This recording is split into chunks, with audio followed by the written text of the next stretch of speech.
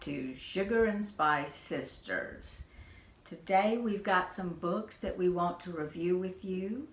First, I am going to share about Something in the Water by Catherine Steadman. This was Catherine Steadman's first book. It was published in 2018, and I have not read any of her others yet, but she's also an actress, a very good actress in a lot of different shows. Downton Abbey, Victoria, The Queen. Don't you hate it when someone has all the talent? But let me tell you about the book. This is about a couple, Mark and Erin. They live in England. They're very well off. He is in high finance and she does documentary videos. They're fixing to get married. They're going to go on a wonderful honeymoon to Bora Bora. Right before the wedding, Mark loses his job, and it's not under good circumstances. So he starts getting anxious about money. Well, they decide to cut the wedding way back. They cut the honeymoon back from 3 weeks to 2 weeks. They go to Bora Bora. They're having a wonderful time. They're scuba diving, and they come across something. I'm not going to say what they come across. It changes everything. It becomes very fast-paced. I will say 3 things about the book. The beginning grabs you right away. And it's not one of those very serious, deep mysteries. It's very light, but it's very quick. You're going to want to get to the end. I had to read the end before I finished it. That's your forte. I know it, but I did like the end, and I do recommend Catherine Steadman, Something in the Water. It's a very, very good book. I give it a 4 stars, which for me is about the best they're going to get. So how about you, Gail? I am going to tell you a little bit about Before We Were Yours by Lisa Wingate. This is a New York Times bestseller, #1, and if you get the book and read it, you will find out why. For one thing, Lisa Wingate just captured my heart. The first book I read by her, and sometimes if I find an author that I really, really like, I will try to find as many books as I can by And her. you know though, Gail, sometimes it happens that you've hit the mother lode and they're all good, but sometimes it happens. You read this book and it's fabulous, and then you read another one and it's not. And you know, it just That's depends. not the case for me with Lisa Wingate. That's great. I That's highly great. recommend anything that she has written, and I have read most of them. I did come across this one and was interested because it is historical fiction.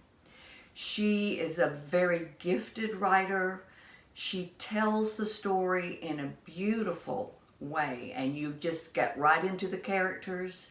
You can picture the setting, and it's a page turner. And actually there is a bit of sorrow and sadness because of the truth of what was going on. So this is nonfiction, and you might have already mentioned that. No, it is historical fiction. Oh, So it's okay. based on a lot of truth. Okay. I did not know that this was happening. Of course, I was not around in the early 1920s. Are you sure? Up until 1950. I was in 1950, but something was happening in Memphis, Tennessee. Devastating. And Nothing to do with Elvis. no, not at all. Good that you brought that up. And of course, I love Memphis, Tennessee. I've been there before and visited. Beautiful city. But there was a lady, Georgia Tan is her name, and she was black marketing adoptions. She even had in her back pocket some law enforcement personnel, some governmental personnel, and I'm sure that they were getting some money on the side. So sad story, And yet, the way that Lisa Wingate tells the story, you come away with a feeling that Hope, a feeling of hope. yes, many of the children were placed in a good home. Circumstances behind that were not good. And actually, you will find out that some of them are read this book and are wondering about their siblings and their parents. And Wow. this book sparked something very special. So I would highly recommend it. You will not be able to put it down. And that is Before We Were Yours by Lisa Wingate. Okay. My next book, I'm going to have to lean down to pick it up, is The House We Grew Up In by Lisa Jewell. I have read another one of Lisa Jewell's books.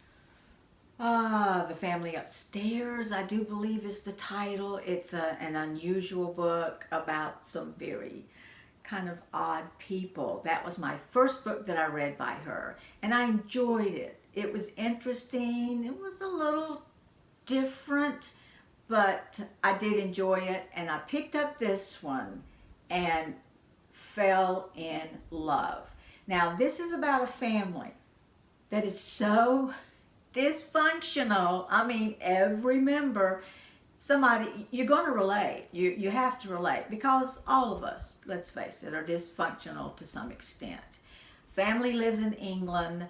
Mother is one of those mothers that's almost childlike, and every Easter they have traditions. They hunt for eggs, and she bakes a special cake, and she's just so excited. She has her 4 children. And That sounds sort of normal, though. That part sounds like it wouldn't be dysfunctional. So was that a thread that kind of kept them together, or? Well, the part that will kind of give you a little inkling into the dysfunction of the mother, who is called Lorelei. They would hunt chocolate eggs, which, you know, they can melt. But anyway, they would get the chocolate eggs, and she would always say, "Save the foil, save the foil." So they had to always save the foil. She has 4 children, 2 girls, 2 boys. The boys are twins. And one Easter, there is a tragedy in the home. And it appears that after this tragedy, things really start to unravel. And the children go off all in different directions. They have very unusual lives. You have one child, Meg, that tends to lead a very normal life. What I love about the book is it is heartwarming. It is something that makes you think about yourself and other people, and how we can all have quirks and still be wonderful people. And at the ending, it's good. It's a good ending. Great book about a family that has a lot of problems, a lot of ups and downs, but they work through it. I like that. They have a good ending. That's good. Yeah. I was concerned. I'm one of those that I read the ending first. Well, of course, I wouldn't expect anything different from you. But really wonderful book. I am liking Lisa Jewell. We've got another one of hers called I Found You, that in our next video we are both, dropped the book, excuse me. We are both going to read that book and discuss it together for the first time on our video.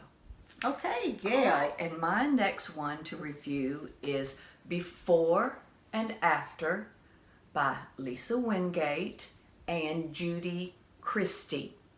This is a nonfiction book, and the reason I'm reviewing it today along with the one I just did, Before We Were Yours, is because it is the true story behind what happened in Memphis, Tennessee. Everything in this book is truth, nonfiction.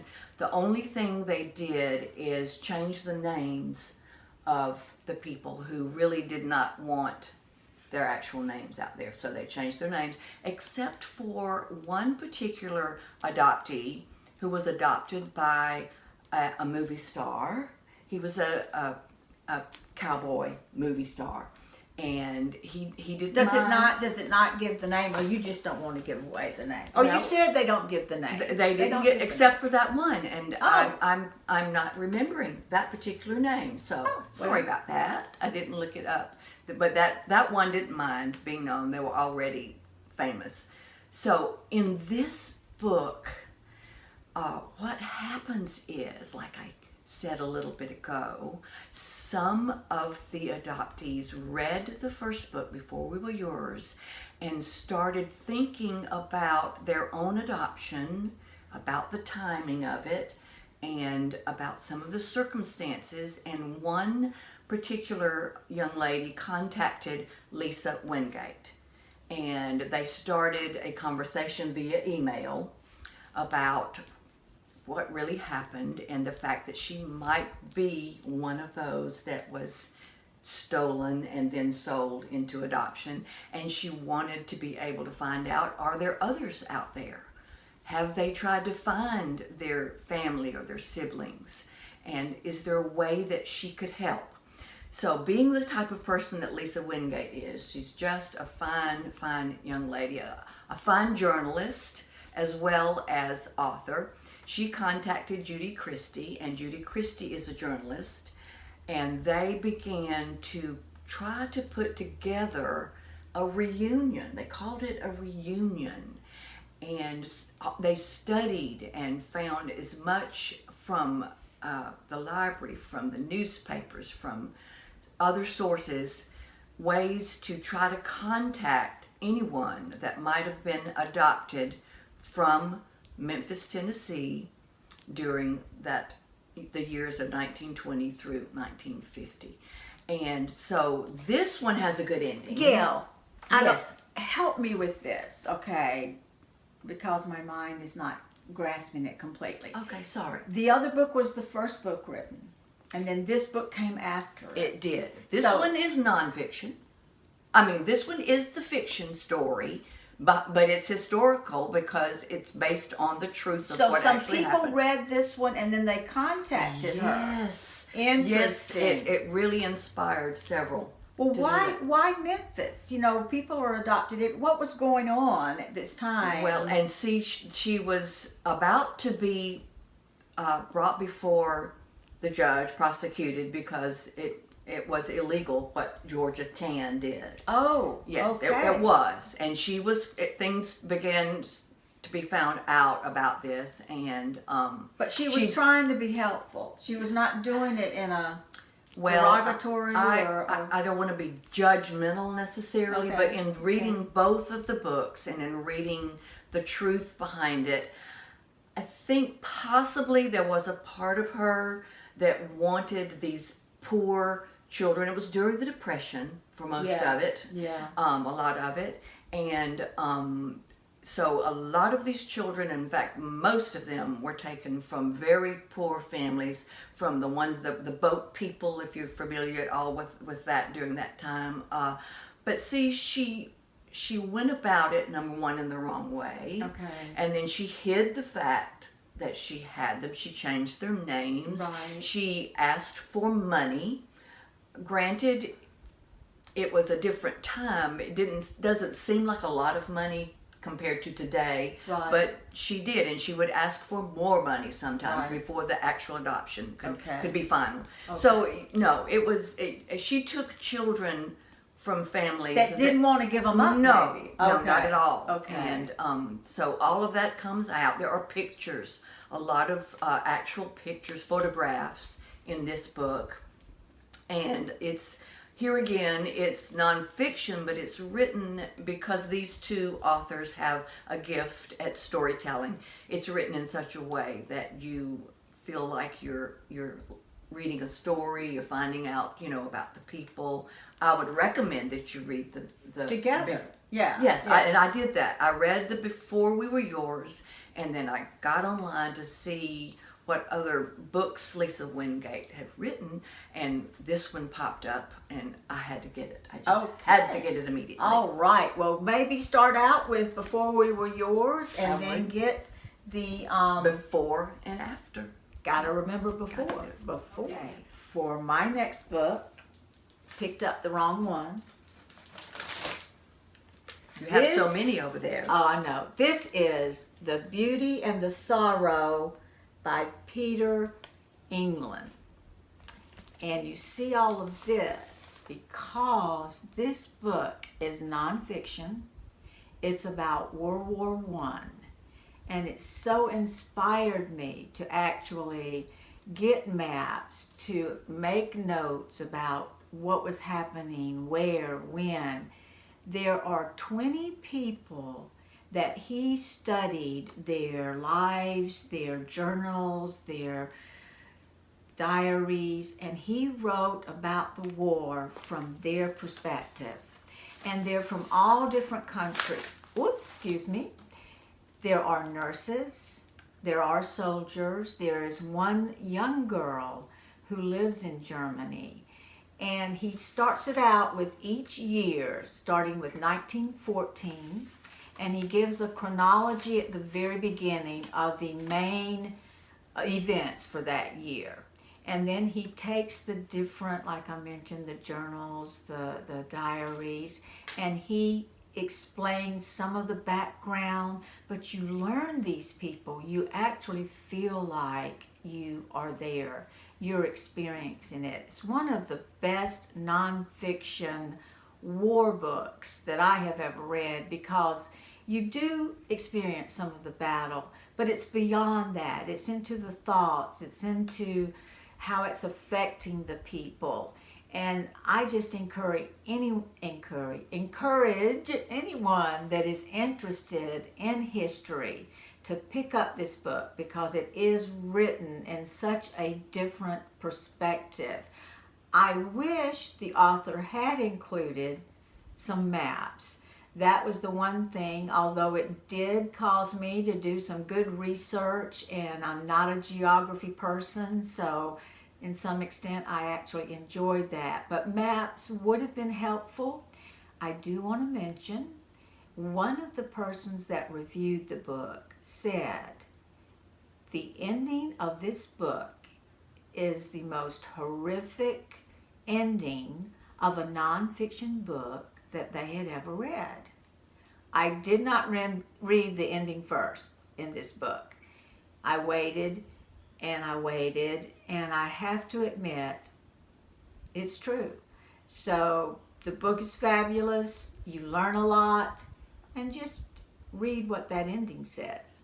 You Pick it up. inspired me. I want to get it. I Okay, really do. all right. Absolutely.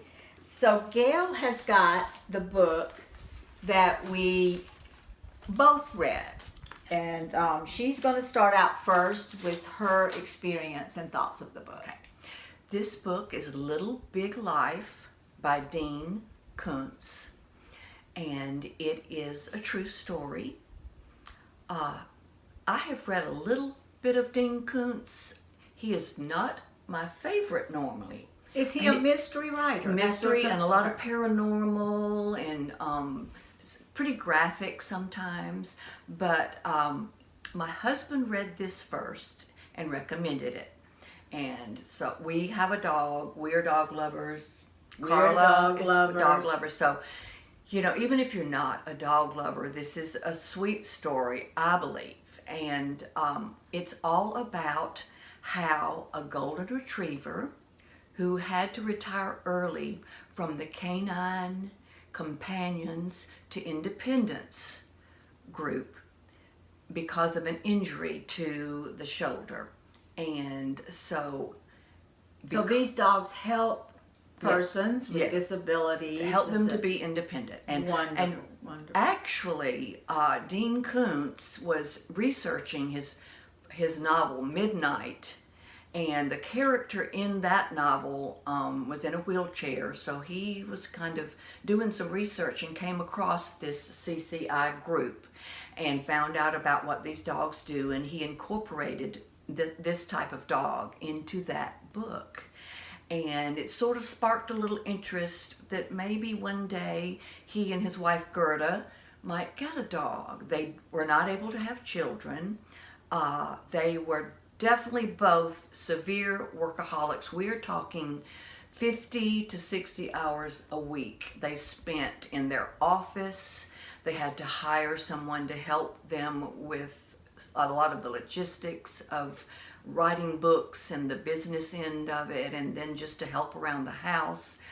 Of course, he became famous, made a lot of money, and unfortunately, like he says, he grew up very poor and in not a very good situation.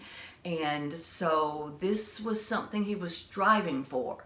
You know, you want, the more you get, the more you want sometimes. And the more you spend. And the more usually. you spend, right. Yes. But I just loved the fact that they decided to get a dog. And this dog did so much mending to their lives, similar to a CCI dog would do, helping out someone who was maybe disabled.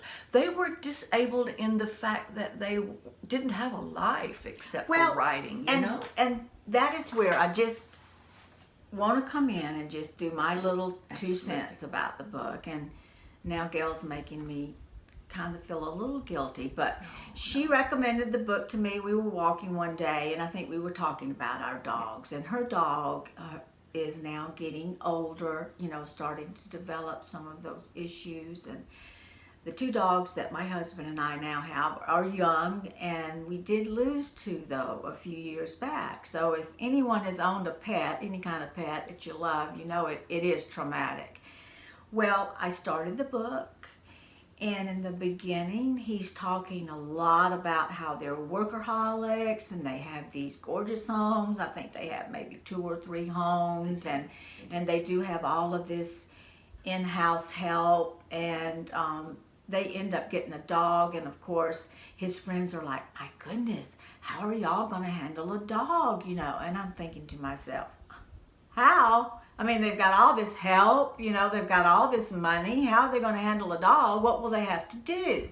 So I didn't really let myself get into the development of the relationship with him and his wife and the dog. I think that's where you made a little bit of a mistake. I probably did. I probably did. Because this dog brought so much joy to them and caused them to get out of the house, go on walks, meet new people, have people over. And the dog was so smart, and they trained Trixie, that's her name.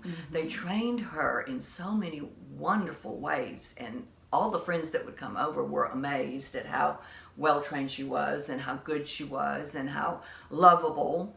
And so I really think that it's a good book to read. I think I would like to share just one little part of a sentence here that I thought just sort of sums up something about it. I see she's got it in the big print. Yes, definitely. Because of the unique nature of dogs, their clear delight in being with us, the rejoicing with which they greet us when we come home, the reliable sunniness of their disposition and the joy they bring to playtime, the curiosity and wonder with which they embrace each new experience, they can melt away the cynicism and they can sweeten a bitter heart. Oh, that's what I got out of this book. I should probably try it again. I really should. Well, that's all we have today to review. I do want to hold up a few that I'm reading for next time. She only has about 10 or 12 probably. Between Two Kingdoms. You can see my bookmarks. A Line to Kill. I love Anthony Horowitz. And my nonfiction, which is Empire of Pain. And it's the secret history of the Sackler dynasty, and it is totally intriguing. It's like a mystery, a science, a legal. Really looking forward to sharing these books with you. I know Gail might have 1 or 2 that she's reading. Oh, actually, I have gotten to where my husband and I both read 2, maybe 3 books a week. So I think I can come up with some to review. I absolutely can. I suspect you can too. So join us in probably a week or so. We're going to have more book reviews. We might share a little bit more about our lives, which are So interesting. And be sure to click like and maybe click subscribe so that you can be a part of our lives. We would love that. We sure would. Till next time.